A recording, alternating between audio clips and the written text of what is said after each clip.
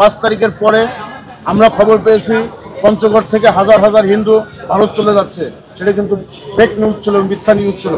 আমরা এবং আমাদের চেয়ারম্যান এবং আমাদের অপর্ণাদি এবং মিল্টন সহ আমরা কিন্তু সেই স্থানে গিয়েছি। তথ্য কিন্তু মিথ্যা, ভাইরাল হয়েছে।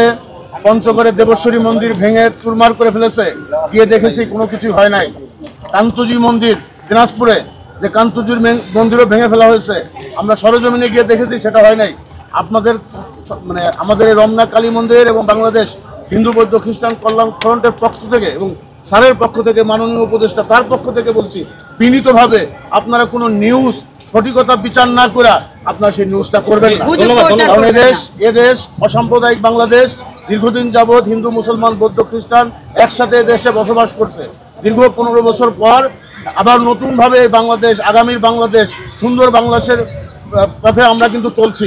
এই জায়গায় যাতে আমরা বিভ্রান্ত না হয়, সেই কারণে সবাইকে আমরা অনুরোধ করবো, আপনাদেরকে এই জায়গায় আপনারা খেয়াল রাখবেন। এই রাষ্ট্রটা আমার, রাষ্ট্রটা আপনাদেরও। এই রাষ্ট্রের একজন সন্তান যদি খারাপ থাকে, সেটা আপনারও ভালো লাগবে না।